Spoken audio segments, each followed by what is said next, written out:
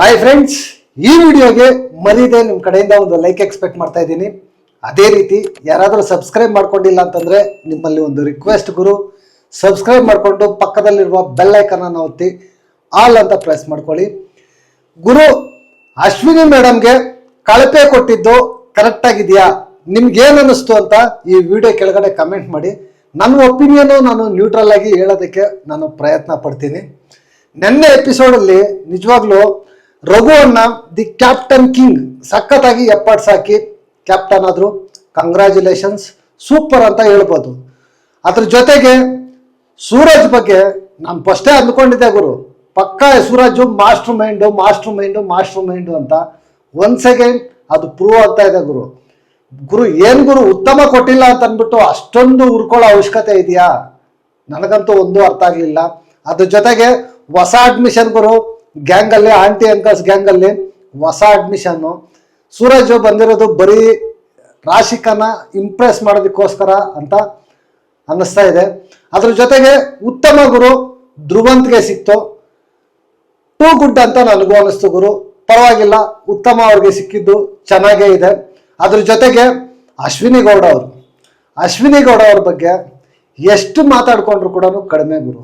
ನಿಜವಾಗ್ಲೂ ಎಲ್ಲ ಲಿಮಿಟ್ಸ್ ಅನ್ನು ಕ್ರಾಸ್ ಮಾಡಿ ಟೂ ಮಚ್ ಮಾಡ್ತಾ ಇದ್ದಾರೆ. ನಿಜವಾಗ್ಲೂ ಇದು ಅವ್ರಿಗೆ ಸೂಕ್ತ ಅಲ್ಲ ಅಂತ ನನ್ಗೆ ಅನ್ನಿಸ್ತಾ ಇದೆ ಗುರು. ಸಿಕ್ಕಾಪಟ್ಟೆ ಬೇಜಾರಾಗ್ತಾ ಇದೆ ನನಗಂತೂ ಅಶ್ವಿನಿ ಗೌಡ ಅವ್ರ ಬಗ್ಗೆ ಹೇಳ್ಬೇಕು ಅಂತಂದ್ರೆ. ಅವ್ರ ಮಾತು ಗುರು ಡೇ ಬೈ ಡೇ ತುಂಬಾ ವರಸ್ಟ್ ಆಗ್ತಾ ಇದೆ. ಎಷ್ಟು ಎಂತ ಮಾತುಗಳು ಮಾತಾಡ್ತಾರೆ ಗುರು. ನಿಜವಾಗ್ಲೂ ಅವ್ರ ಏಜ್ಗೆ ಅವ್ರಿಗೆ ಸೂಟಬಲ್ ಅಲ್ಲ. ಗಿಲ್ಲಿ ಜೊತೆ ಮಾತಾಡ್ತಾರೆ, ನಿನ್ನಷ್ಟು ಗಲೀಜ್ ಬುದ್ಧಿ ನಾನು ಕಲ್ತಿಲ್ಲ ಥೂ ಅಂತ. ಏನ್ ಗುರು ಮಾತುಗಳು. ನಿಜವಾಗ್ಲೂ ಈ ಸೀಸನ್ ಅಂತೂ ಬರೀ ಮಾತಿಂದಾನೇ ವರಸ್ಟ್ ಆಗ್ತಾ ಇದೆ ಗುರು. ವರಸ್ಟ್ ಆಗ್ತಾ ಇದೆ, ಸಿಕ್ಕಾಪಟ್ಟೆ ವರಸ್ಟ್ ಆಗ್ತಾ ಇದೆ. ಇದೇ ಮಾತುಗಳನ್ನ ಅವ್ರು ಯಾರಾದ್ರೂ ಅಶ್ವಿನಿ ಮೇಡಮ್ಗೆ ಅಂದಿದ್ದಿದ್ರೆ ತಗೊಳ್ಳೋರ? ಸಿಕ್ಕಾಪಟ್ಟೆ ಒಂಥರ ಜಾಸ್ತಿ ವರಸ್ಟ್ ಆಗ್ತಾ ಇದ್ದಾರೆ. ಅದ್ರ ಜೊತೆಗೆ ಗುರು ಟೂತ್ ಬ್ರಷ್ ಅನ್ನ ತಗೊಂಡು ವಾಶ್ರೂಮ್ ಒಳಗಡೆ ಹೋಗಿ ವಾಶ್ ಮಾಡ್ತಾರೆ. ಇದು ಸರಿನಾ? ಇವತ್ತು ಗ್ಯಾರಂಟಿ ಇದ್ರ ಬಗ್ಗೆ ಕ್ಲಾಸ್ ಆಗೇ ಆಗುತ್ತೆ ಗುರು. ಯಾರಾದ್ರೂ ಆಗ್ಲಿ ಮಾಡ್ತಾರ ಅದನ್ನ? ನಿಜವಾಗ್ಲೂ ಎಲ್ಲ ಲಿಮಿಟ್ಸ್ ಅನ್ನ ಕ್ರಾಸ್ ಮಾಡಿ ಈ ತರ ಮಾಡಿದ್ರೆ ನಿಜವಾಗ್ಲೂ ವರಸ್ಟ್ ಬಿಹೇವಿಯರ್ ಅಶ್ವಿನಿ ಗೌಡ ಅವ್ರದ್ದು. ಟೂ ವರಸ್ಟ್ ಗುರು. ಲಾಸ್ಟ್ ವೀಕು ಮಂಜಕ್ಕ ಮತ್ತೆ ರಾಶಿಕಾ ಅವರು ತಿಂದಿದ್ದಕ್ಕೆ ಅವ್ರಿಗೆಲ್ಲ ಪನಿಷ್ಮೆಂಟ್ ಆಯ್ತು ಅಂತ ಅಂದ್ಬಿಟ್ಟು ಸಿಕ್ಕಾಪಟ್ಟೆ ಗಂಟ್ಲಾಡ್ಕೊಂಡು ಮಾತಾಡಿದ್ರು. ಇವಾಗ ಅವ್ರು ಮಾಡಿದ್ದೇನು? ಅವ್ರಿಗೊಂದು ನ್ಯಾಯ, ಬೇರೆಯವ್ರಿಗೊಂದು ನ್ಯಾಯ. ಏನ್ ಗುರು ಇದು? ಅಶ್ವಿನಿ ಮೇಡಮ್ ಕಂಟೆಂಟ್ ಕೊಡೋದಕ್ಕೋಸ್ಕರ ಮಾಡ್ತಾ ಇದ್ದಾರೆ ಅಂತ ಗೊತ್ತಾಗ್ತಾ ಇದೆ. ಬಟ್ ಕಂಟೆಂಟ್ ಕೊಡೋದಕ್ಕೋಸ್ಕರನೇ ಅವ್ರ ವ್ಯಕ್ತಿತ್ವನ ಹಾಳು ಮಾಡ್ಕೊತಾ ಇದ್ದಾರೆ ಅಂತ ನನಗೆ ಅನ್ನಿಸ್ತಾ ಇದೆ ಗುರು. ಪಕ್ಕದಲ್ಲಿ ಈ ನಾರದ ಒಬ್ಬ ನಂದೆಲ್ಲಿಡ್ಲಿ ಅಂತ ಸುಧೀರಣ್ಣ, ಎಲ್ಲದಕ್ಕೂ ಅಶ್ವಿನಿ ಮೇಡಮ್ ಏನೇ ಮಾಡಿದ್ರು ಕೂಡ ಅದಕ್ಕೆ ಎಲ್ಲದರಲ್ಲೂ ಭಾಗಿಯಾಗ್ತಾ ಇದ್ದಾನೆ ಗುರು ಸುಧೀರಣ್ಣ ಅಷ್ಟೇ ಗುರು. ಇನ್ ಜಾಸ್ತಿ ದಿನ ಬಿಗ್ ಬಾಸ್ ಹೌಸ್ ಅಲ್ಲಿ ಇರಲ್ಲ, ಮಾರ್ಕ್ ಮೈ ವರ್ಡ್ಸ್, ಪ್ಯಾಕಪ್ ಅಷ್ಟೇ ಸುಧೀರಣ್ಣ. ಡೇ ಬೈ ಡೇ ತುಂಬಾ ವರಸ್ಟ್ ಆಗ್ತಾ ಇದ್ದಾರೆ. ರಕ್ಷಿತಾ ನಿಜವಾಗ್ಲೂ ಮೆಚುರಿಟಿ ಲೆವೆಲ್ಗೆ ಮೆಚ್ಚಬೇಕು ಗುರು. ಸೂರಜ್ ಬಗ್ಗೆ ಅಶ್ವಿನಿ ಗೌಡ ಅವ್ರಿಗೆ ಯಾವ ರೀತಿ ಮ್ಯಾನಿಪುಲೇಟ್ ಮಾಡ್ತಾರೆ ಅನ್ನೋದ್ರ ಬಗ್ಗೆ ಕ್ಲಿಯರ್ ಕಟ್ ಆಗಿ ಕ್ಯಾಪ್ಟನ್ ರಘು ಅವ್ರಿಗೆ ಎಕ್ಸ್ಪ್ಲೈನ್ ಮಾಡಿದ್ರು. ಟೂ ಗುಡ್ ಅಂತ ಅನಿಸ್ತು ಗುರು. ರಕ್ಷಿತಾ ಅವರು ಸಖತ್ತಾಗಿ ಆ ಸಿನಾರಿಯೋನ ಎಕ್ಸ್ಪ್ಲೈನ್ ಮಾಡಿದ್ರು. ನೆಕ್ಸ್ಟ್ ಅದೆಲ್ಲ ಆದ್ಮೇಲೆ ಸೂರಜ್ ಬಗ್ಗೆ ಹೇಳ್ಬೇಕು ಅಂತಂದ್ರೆ ಜಾಸ್ತಿ ಒಂಥರ ಓವರ್ ಆಗಿ ಆಡ್ತಾ ಇದ್ದಾರೆ ಅಂತ ಅನ್ನಿಸ್ತಾ ಇದೆ ಗುರು. ಮೊನ್ನೆ ಮೈಂಡಲ್ಲಿ ಇಟ್ಕೊಂಡೆ ಆ ಡಿಸಿಷನ್ ಕೂಡ ಅವರು ತಗೊಂಡಿಲ್ಲ ಅಂತ ಅನ್ಸುತ್ತೆ, ಮೈಂಡ್ಗೆ ಮಾಡಿದ್ರು ಅಂತ ಅನ್ಸುತ್ತೆ. ಬರೀ ಉತ್ತಮಗೋಸ್ಕರ ಅಷ್ಟೊಂದು ಉರ್ಕೊಳ್ಳೋ ಅವಶ್ಯಕತೆ ಇತ್ತಾ? ನನ್ಗೊಂದು ಗೊತ್ತಿಲ್ಲ ಗುರು. ನನ್ಗೇನ್ ಅನ್ನಿಸ್ತಾ ಇದೆ ಅಂತಂದ್ರೆ ಅಶ್ವಿನಿ ಮೇಡಮ್ ಚೇಂಜ್ ಆಗ್ಬೇಕು, ಇಲ್ಲ ಬಿಗ್ ಬಾಸ್ ಹೌಸ್ ಅಲ್ಲಿ ಗೇಮ್ ಚೇಂಜ್ ಆಗ್ಬೇಕು ಅಂತಂದ್ರೆ ಅಶ್ವಿನಿ ಮೇಡಮ್ನ ಈ ವೀಕು ಎಲಿಮಿನೇಟ್ ಮಾಡಿ ಸೀಕ್ರೆಟ್ ರೂಮ್ ಅಲ್ಲಿ ಇಡಬೇಕು. ಇಟ್ಬಿಟ್ಟು ಅವ್ರಿಗೆ ಗೇಮ್ ಅನ್ನ ಒಂದು 2-3 ದಿನ ತೋರಿಸ್ಬೇಕು, ಹೆಂಗ್ ಹೋಗ್ತಾ ಇದೆ, ನೀವ್ ಹೆಂಗ್ ಆಡ್ತಾ ಇದ್ದೀರಾ, ಹೆಂಗ್ ನೆಗೆಟಿವ್ ಆಗ್ತಾ ಇದ್ದೀರಾ ಅಂತ. ಇಲ್ಲ ಅಂತಂದ್ರೆ ಅಶ್ವಿನಿ ಗೌಡ ಅವರು ತುಂಬಾ ನೆಗೆಟಿವ್ ಆಗ್ತಾರೆ ಗುರು. ಅದ್ರ ಜೊತೆಗೆ ಜಾನ್ವಿ ಅವರಂತೂ ಕಣ್ ಮುಂದ್ಗಡೆ ಟೂತ್ ಬ್ರಷ್ ಎತ್ಕೊಂಡೋಗಿ ವಾಶ್ರೂಮ್ ಒಳಗಡೆ ಹೋಗ್ತಾ ಇದ್ದಾರೆ, ಆದ್ರೂ ಕೂಡ ಸ್ಟ್ಯಾಂಡ್ ತಗೊಂಡಿಲ್ಲ. ಇವ್ರಿಗೆ ಕಿಚ್ಚನ ಚಪ್ಪಾಳೆ ಬೇಕು. ನೋಡಿ ಹೆಂಗಿದೆ ಅಲ್ವಾ? ಬಾತ್ರೂಮ್ ಒಳಗಡೆ ಹೋಗಿ ಬ್ರಷ್ ವಾಶ್ ಮಾಡೋರ್ಗೂ ಅವ್ರಿಗೂ ಕಿಚನ್ ಚಪ್ಪಾಳೆ ಬೇಕು. ಇನ್ನೊಬ್ರು ಈ ಕಡೆ ಹುರ್ಕೊಂಡು ಅವ್ರಿಗೆ ತಾಳ ಹಾಕೋದು ಬಕೆಟ್ ಹಿಡ್ಕೊಂಡು, ಬಕೆಟ್ ಗ್ಯಾಂಗ್ಗೆ. ಜಾನ್ವಿ ಅವರು ಸ್ಟ್ಯಾಂಡ್ ತಗೊಳ್ಳೋದಂತೂ ಇಲ್ಲ. ಬೇರೆಯವ್ರು ಸ್ಟ್ಯಾಂಡ್ ತಗೊಂಡ್ರೆ ಅದ್ರ ಬಗ್ಗೆ ಮಾತಾಡೋದು, ನಾವೇ ಅವ್ರಿಗೆ ಕೇಸಿ ಕೊಡಿಸಿದ್ವಿ ಅಂತ ಅಂದ್ಬಿಟ್ಟು. ಟು ವರಸ್ಟ್ ಗುರು. ನಿಜವಾಗ್ಲು ಅವ್ರ ಬಗ್ಗೆ ಎಷ್ಟು ಮಾತಾಡ್ಕೊಂಡ್ರೆ ಅಷ್ಟು ಕಡಿಮೆ ಅಂತ ಅನ್ನಿಸ್ತಾ ಇದೆ ನನಗಂತೂ. ಸ್ಟಾರ್ಟಿಂಗಲ್ಲೇ ಎಪಿಸೋಡಲ್ಲಿ ಶುರುವಾಗುತ್ತೆ ಈ ಬಕೆಟ್ ಗಲಾಟೆ. ಈ ಬಕೆಟ್ಗಳ ಗಲಾಟೆ ಏನೋ ನಿಜವಾಗ್ಲು ಅವರು ಯಾರ್ಯಾರು ಬಕೆಟ್ ಹಿಡಿತಾ ಇದ್ದಾರೋ ಅವರೇ ಮಾತಾಡ್ತಾ ಇದ್ದಾರೆ ಅಂತ ನನ್ಗೆ ಅನಿಸ್ತಾ ಇದೆ ಗುರು. ಕಾವ್ಯ ಗಿಲ್ಲಿಗೆ ಬಕೆಟ್ ಹಿಡಿತಾ ಇದ್ದಾರೆ ಅಂತ. ಈ ಕಡೆ ಅಶ್ವಿನಿ ಮೇಡಮ್ ಮಾತಾಡ್ತಾರೆ, ಯಾರು ಅವ್ರ ಪರವಾಗಿ ಸ್ಟ್ಯಾಂಡ್ ತಗೊಂಡ್ರೆ ಅವರೆಲ್ಲ ಬಕೆಟ್ ಹಿಡಿಯೋರಂತೆ. ಬಟ್ ಈ ಅಮ್ಮ ಎಲ್ಲದರಲ್ಲೂ ಹೋಗ್ತಾ ಇರ್ತಾರಲ್ಲ, ಗಿಲ್ಲಿ ಕರೆಕ್ಟಾಗಿ ಕೊಟ್ರು, ಸಕ್ಕತ್ತಾಗಿ ಕೊಟ್ರು ಗಿಲ್ಲಿ. ಏನೋ ಗುರು ಅಶ್ವಿನಿ ಮೇಡಮ್ಮು ಜಾಸ್ತಿ, ನಾನು ಹೆಂಗೆ ಹೇಳ್ಬೇಕು ಗೊತ್ತಾಗ್ತಾ ಇಲ್ಲ ಗುರು. ಲಿಮಿಟ್ ಕ್ರಾಸ್ ಮಾಡಿ ನಾನು ಮಾತಾಡೋಕ್ಕಾಗ್ತಾ ಇಲ್ಲ. ಜಾಸ್ತಿ ಡೇ ಬೈ ಡೇ ತುಂಬ ನೆಗೆಟಿವಿಟಿ ತಗೊತಾ ಇದ್ದಾರೆ. ನನಗೆ ಗೊತ್ತಿರೋ ಪ್ರಕಾರ 12 ಸೀಸನಲ್ಲೂ ಇಷ್ಟು ನೆಗೆಟಿವಿಟಿ ತಗೊಂಡಿರೋ ಫಸ್ಟ್ ಫೀಮೇಲ್ ಕಂಟೆಸ್ಟೆಂಟ್ ಇವರೇ ಅಂತ ಅನಿಸ್ತಾ ಇದೆ. ಲಾಸ್ಟ್ ಸೀಸನಲ್ಲಿ ಮಾನಸ್ ಅವರು ಸ್ವಲ್ಪ ತಗೊಂಡಿದ್ರು, ಬಟ್ ಈ ರೇಂಜ್ಗೆ ತಗೊಂಡಿರಲಿಲ್ಲ ಮಾನಸ್ ಅವರು. ಇವ್ರು ಯಾಕೋ ಜಾಸ್ತಿ ನೆಗೆಟಿವಿಟಿ ತಗೊತಾ ಇದ್ದಾರೆ, ಅದು ಅವ್ರಿಗೆ ಒಳ್ಳೇದಲ್ಲ ಅಂತ ನನ್ಗೆ ಅನ್ನಿಸ್ತಾ ಇದೆ ಗುರು. ಕ್ಯಾಪ್ಟನ್ಸಿ ಟಾಸ್ಕು ನೇಮ್ ಜೋಡಿಸ್ಬೇಕು ಆರ್ಡ್ರ್ ವೈಸು ಅವ್ರ ಲೆಟರ್ಸನ್ನು. ಕತ್ಲಲ್ಲಿರುತ್ತೆ ಗುರು, ಟಾಸ್ಕ್ ನೋಡೋದಕ್ಕೆ ಸಿಂಪಲ್ ಆಗಿರುತ್ತೆ, ಬಟ್ ಆ ಟಾಸ್ಕ್ ಮಾತ್ರ ಆಡೋದು ತುಂಬ ಕಷ್ಟ. ಕತ್ಲಲ್ಲಿ ಏನೂ ಕಾಣಿಸಲ್ಲ, ಲೆಟರ್ಸ್ ಎಲ್ಲಿರುತ್ತೋ ಗೊತ್ತಿಲ್ಲ. ಆ ಸೈಜ್ ಕರೆಕ್ಟಾಗಿ ಹುಡ್ಕೊಂಡೋಗಿ ಒಂದೇ ಲೈನಲ್ಲಿ ಅವ್ರ ಹೆಸರು ಬರೋ ಥರ ಜೋಡಿಸ್ಬೇಕು. ಬಟ್ ರಘು ಮಾತ್ರ ಎಕ್ಸಲೆಂಟ್ ಸೂಪರ್ ಆಗಿ ಟಾಸ್ಕನ್ನು ಆಡ್ತಾರೆ ಗುರು. ಟಾಸ್ಕನ್ನು ಆಡಿ ಅವ್ರ ಹೆಸರನ್ನು ಕಂಪ್ಲೀಟ್ ಮಾಡ್ತಾರೆ. 35 ನಿಮಿಷ 57 ಸೆಕೆಂಡ್ಸಲ್ಲಿ ಅವರು ಏನಿದೆಯೋ ಅವರು ಟಾಸ್ಕನ್ನು ಕಂಪ್ಲೀಟ್ ಮಾಡ್ತಾರೆ. ಈ ಕಡೆ ರಿಷಾ ಬರೀ ಡಮ್ಮಿ ಗುರು, ಡಮ್ಮಿ. ನಾನು ಟಾಸ್ಕ್ ಚೆನ್ನಾಗಿ ಆಡ್ತಾರೆ ಅಂತ ಅಂದ್ಕೊಂಡಿದ್ದೆ, ಏನಿಲ್ಲ, ಟಾಸ್ಕೇ ಅರ್ಥ ಆಗ್ತಾ ಇಲ್ಲ ಅವ್ರಿಗೆ. ಇನ್ನೇನು ಆಟ ಆಡ್ತಾರೆ ಅವ್ರು. ಹೇಳ್ತಾರೆ ಏನಂತ ಅಂದ್ಬಿಟ್ಟು, ಬಿಡಿ ಅದನ್ನು ನಾನು ಕ್ಯಾಪ್ಟನ್ಸಿ ನಾನು ಬಂದಿದ್ರು ನನಗೆ ಇದಿರ್ತಾ ಇರಲಿಲ್ಲ ಅಂತ. ಆ ಕ್ಯಾಪ್ಟನ್ಸಿ ಬಂದಿದ್ರು ಇದಿರ್ತಾ ಇರಲಿಲ್ಲ ಅಂದಮೇಲೆ ಏನಕ್ಕೆ ತಗೋಬೇಕಾಗಿತ್ತು ಅದನ್ನು? ಟೀಮ್ನ ಏನಕ್ಕೆ ಬಿಟ್ಕೊಡ್ಬೇಕಾಗಿತ್ತು ರಿಷಾ ಗೌಡ ಅವರು? ಆದರೆ ಹಂಗೆ ಆಗಲಿಲ್ಲ ಅಂದರೆ ಹಿಂಗೆ ಅವ್ರ ಸ್ಟೇಟ್ಮೆಂಟನ್ನು ಅವರೇ ಕಾಂಟ್ರಡಿಕ್ಟ್ ಮಾಡ್ಕೊತಾರೆ ರಿಷಾ ಗೌಡ ಅವರು. ನಿಜವಾಗ್ಲೂ ಟೂ ವರಸ್ಟಪ್ಪ.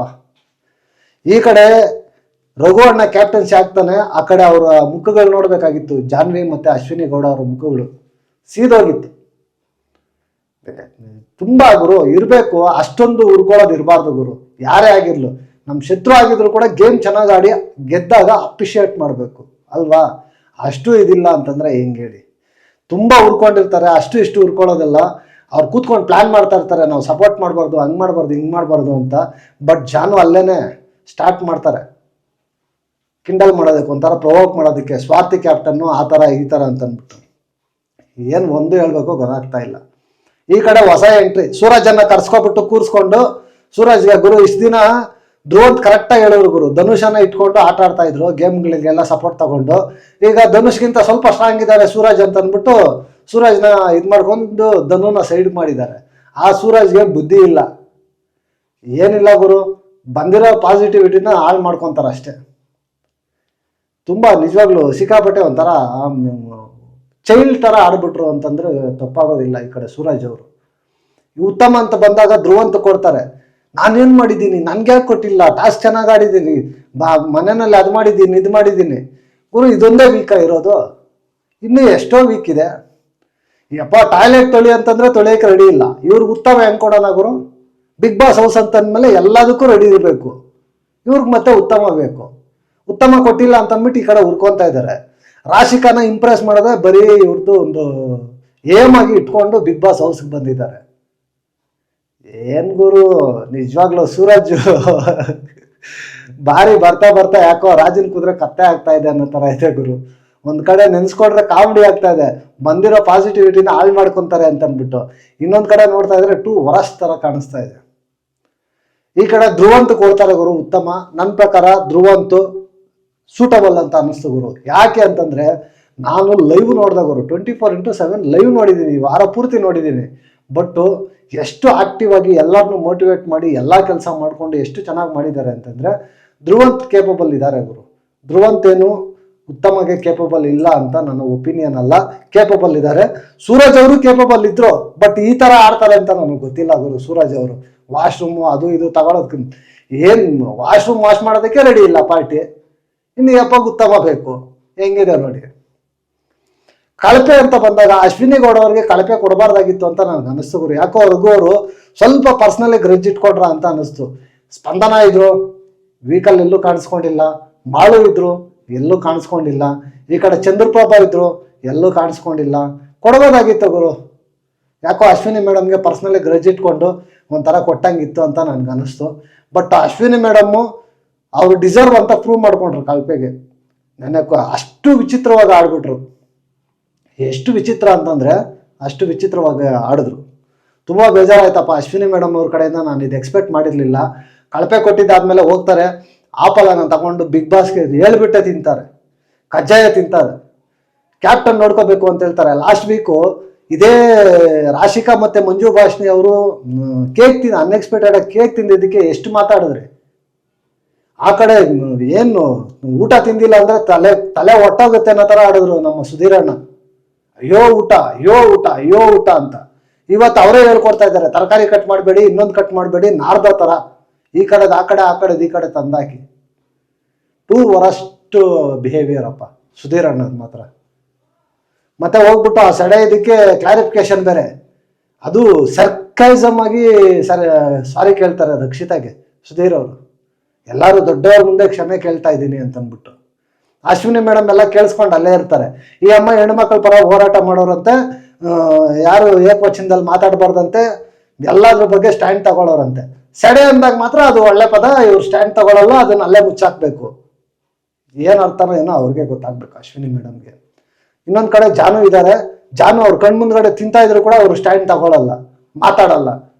ಹೆಂಗಿದೆ ನೋಡಿ. ಒಟ್ಟಿನಲ್ಲಿ ಇವತ್ತು ಮಾತ್ರ ಸಿಕ್ಕಾಪಟ್ಟೆ ಕ್ಲಾಸ್ ಆಗುತ್ತೆ ಅಂತ ನನಗೆ ಅನ್ನಿಸ್ತಾ ಇದೆ. ನೋಡ್ಬೇಕು ಗುರು, ಸ್ವಲ್ಪ ಚೆನ್ನಾಗಿ ಕ್ಲಾಸ್ ತಗೊಂಡ್ರೆ ಗೇಮ್ ದಾರಿಗೆ ಬರೋದು. ಇಲ್ಲ ಅಂತಂದರೆ ತುಂಬ ನೆಗೆಟಿವಿಟಿ ಆಗಿ ಆಚೆ ಹೋಗ್ತಾರೆ ಅಷ್ಟೇ. ಅದಾದಮೇಲೆ ರಕ್ಷಿತಾ ಅವ್ರು ಬಂದು ಸೂರಜ್ ಅವ್ರ ಬಗ್ಗೆ ಕರೆಕ್ಟಾಗಿ ಹೇಳ್ತಾರೆ. ಅಶ್ವಿನಿ ಮತ್ತು ಸೂರಜ್ನ ಒಂದು ಕಡೆ ಹಾಕಿದ್ರೆ ಅಶ್ವಿನಿ ಅವರು ಮ್ಯಾನಿಪುಲೇಟ್ ಮಾಡ್ತಾರೆ, ಬೇಡ ತೆಗೀರಿ, ತೆಗೆದು ಬೇರೆ ಕಡೆ ಹಾಕಿ ಅಂತಂದ್ಬಿಟ್ಟು ಸೂಪರ್ ವ್ಯಾಲಿಡ್ ಪಾಯಿಂಟ್ಸ್ ಹೇಳ್ತಾರೆ. ಬಟ್ ನನಗನ್ಸಿದ್ದೇನು ಅಂತಂದ್ರೆ ರಕ್ಷಿತಾಗಿ ಏನಕ್ಕೆ ಬೇಕು ಇದು? ಯಾರು ಎಲ್ಲಾದ್ರೂ ಮ್ಯಾನಿಪುಲೇಟ್ ಆಗಿ ಹೋಗ್ಲಿ ಬಿಡಿ, ಅಯ್ಯೋ ಪಾಪ ಅಂತ ಅಂದ್ಬಿಟ್ಟು ಏನು ಬರ್ಬೇಕು ನಮಗೆ? ರಕ್ಷಿತಾಗಿದ್ದು ಬೇಕಾಗಿರ್ಲಿಲ್ಲ. ಗೇಮ್ ಆಗಿ ನೋಡ್ಬೇಕು ಅಷ್ಟೇ. ರಕ್ಷಿತಾ ಹೇಳಿದ್ದು ಟೂ ಗುಡ್, ಬಟ್ ಅವ್ರು ರಕ್ಷಿತನ್ಗೆ ಏನಕ್ಕೆ ಬೇಕು? ಯಾರು ಮ್ಯಾನಿಪುಲೇಟ್ ಆಗಿ ಆಚೆ ಹೋದ್ರೆ ಅವ್ರಿಗೇನು ಬೇಕು? ಅವ್ರ ಗೇಮ್ ಅವ್ರು ನೋಡ್ಕೋಬೇಕಷ್ಟೇ. ಈ ಥರ ಎಲ್ಲದಕ್ಕೂ ಒಳ್ಳೆತನ ಮಾಡ್ಕೊಂಡೋದ್ರೆ ಒಳ್ಳೇದಲ್ಲ ಗುರು. ಒಳ್ಳೆ ಮನ್ಸಿದೆ ಅಂತ ಗೊತ್ತು ರಕ್ಷಿತಾಗೆ, ಬಟ್ ಅದು ಎಲ್ಲ ಟೈಮಲ್ಲೂ ಒಳ್ಳೇದಾಗಲ್ಲ ಅಂತ ನನ್ನ ಒಪಿನಿಯನ್. ನೆಕ್ಸ್ಟು ಅದೆಲ್ಲ ಆದಮೇಲೆ ಏನು ಶುರುವಾಗುತ್ತೆ ಗುರು, ಜೈಲಿಂದನೇ ನಾನು ಆಚೆ ಬರ್ತೀನಿ, ಒಳಗಡೆ ಇರಲ್ಲ, ಡೈಲಾಗ್ಗಳ ಮೇಲೆ ಡೈಲಾಗ್ಗಳು ಒಂದೊಂದಲ್ಲ. ಅಶ್ವಿನಿ ಮೇಡಮ್ದು ಒಂದೊಂದು 2 ನಿಮಿಷಕ್ಕೂ ಒಂದೊಂದ್ಸಲ ಸ್ಟಾರ್ಟ್ ಮಾಡ್ತಾರೆ. ಬೆಲ್ನ ಸ್ಟಾರ್ಟ್ ಮಾಡಿ ಒಂದು ಕಡೆ ಟಾರ್ಚರ್ ಕೊಡೋದಕ್ಕೆ ಸ್ಟಾರ್ಟ್ ಮಾಡ್ತಾರೆ. ಫ್ರೂಟ್ ಇದು ಕಟ್ ಮಾಡಲ್ಲ ಅಂತ ಅಂದ್ಬಿಟ್ಟು ತರಕಾರಿ ಕಟ್ ಮಾಡಲ್ಲ ಅಂತ ಲಾಸ್ಟ್ ಟೈಮ್ ರಜತ್ ಇದನ್ನು ಕಾಪಿ ಮಾಡ್ತಾರೆ. ಫಸ್ಟ್ ವೀಕೇನೆ ಎಕ್ಸ್ಕ್ಯೂಸ್ ಕೊಟ್ಟಿದ್ರು ಲಾಸ್ಟ್ ಟೈಮು. ಅದಾದಮೇಲೆ ತಗೊಂಡು ಬಾರಿಸಿದ್ರು ಸುದೀಪಣ್ಣ, ಅರ್ಧ ಗಂಟೆ ಒಳಗಡೆ ಎಲ್ಲ ಕಟ್ ಮಾಡಿ ಕೊಡಬೇಕು ಅಂತಂದ್ಬಿಟ್ಟು. ಇವತ್ತು ಅದನ್ನೇ ಮಾಡ್ತಾರೆ, ಉಗಿತಾರೆ, ಗ್ಯಾರಂಟಿ ಉಗಿತಾರೆ. ಟೂತ್ ಬ್ರಷನ್ನು ತಗೊಂಡೋಗಿ ವಾಶ್ರೂಮ್ ಒಳಗಡೆ ಇಟ್ಟು ವಾಶ್ ಮಾಡೋಕ್ಕೆ ಹೋಗೋದು, ಇಷ್ಟೊಂದು ವರಸ್ಟ್ ಬಿಹೇವಿಯರು ನಾನು ಯಾರಲ್ಲೂ ನೋಡಿಲ್ಲ ಗುರು. ಯಾರು ಅಕ್ಸೆಪ್ಟ್ ಮಾಡ್ತಾರೆ ಹೇಳಿ? ಅಶ್ವಿನಿ ಗೌಡ ಫ್ಯಾನ್ಸು ಆದರೂ ಕೂಡ ಅವರೇ ಅಕ್ಸೆಪ್ಟ್ ಮಾಡಲ್ಲ.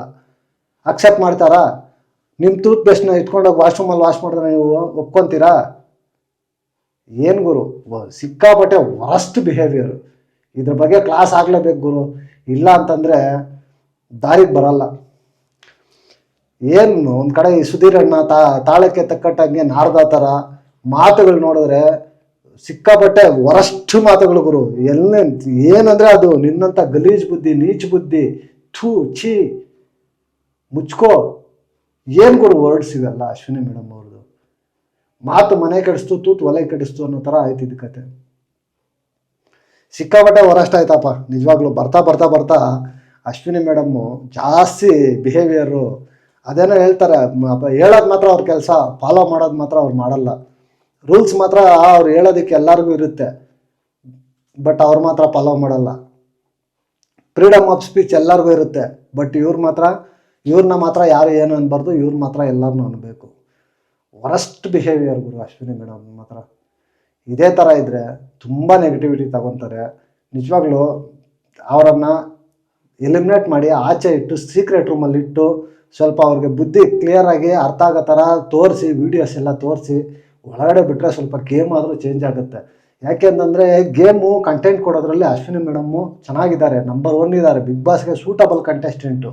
ಬಟ್ಟು ಅವರು ರಾಂಗ್ ವೇನಲ್ಲಿ ಹೋಗ್ತಾ ಇದ್ದಾರೆ. ಅವರು ಹೋಗ್ತಾ ಇರೋ ವೇ ಸರಿ ಇಲ್ಲ ಅಷ್ಟೇ, ಟೂ ವರಸ್ಟ್. ಒಂದು ಡೈಲಾಗ್ ಇದೆಯಪ್ಪ, ನಮ್ಮ ಗಿಲ್ಲಿ ಕೆಂಪೇಗೌಡ ಆಗಿ ಚಾರ್ಜ್ ತಗೊಂಡ್ಮೇಲೆ 24 hours ಆಗಸ್ಟ್ ಒಳಗಡೆನೆ ಅಶ್ವಿನಿ ಗೌಡ ಅರೆಸ್ಟ್ ಆದ್ರಂತೆ, ಅರೆಸ್ಟ್ ಆಗಿ ಜೈಲ್ಗೆ ಹೋದ್ರಂತೆ. ಇದು ಗಿಲ್ಲಿ ಕೋಟೆ ಕಡು ಅಂತ. ಹೆಂಗಿದೆ ನೋಡಿ ಗುರು ಸಿಚುವೇಶನ್ಗೆ, ಅಲ್ವಾ? ಸಖತ್ತಾಗಿದೆ. ಓವರಾಲ್ ಎಪಿಸೋಡು ನೆನ್ನೆ ಅಷ್ಟು ಇದ್ರ ಥರ ಏನಿಲ್ಲ, ಓಕೆ ಥರ ಎಪಿಸೋಡು. ಬಟ್ ಕಾನ್ವರ್ಸೇಷನ್ಸು ಆರ್ಗ್ಯುಮೆಂಟ್ಸು ಸಖತ್ತಾಗಿತ್ತು ಅಂತ ನನ್ನ ಒಪಿನಿಯನ್ನು. ನಿಮ್ಗೇನು ಅನ್ನಿಸ್ತು ಅಂತ ಈ ವಿಡಿಯೋ ಕೆಳಗಡೆ ಕಮೆಂಟ್ ಮಾಡಿ. ನೆಕ್ಸ್ಟ್ ವಿಡಿಯೋದಲ್ಲಿ ಸಿಗೋಣ. Until take care, bye bye, ನಮಸ್ತೆ.